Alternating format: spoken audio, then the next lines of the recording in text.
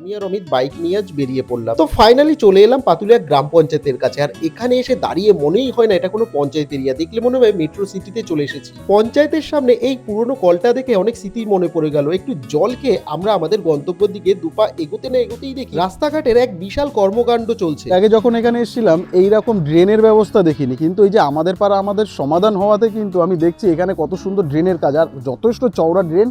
আচ্ছা বড়দা, আপনি তো এখানে থাকেন, তো এই যে ড্রেনের কাজ হচ্ছে এটাতে আপনাদের কি সুবিধা হচ্ছে?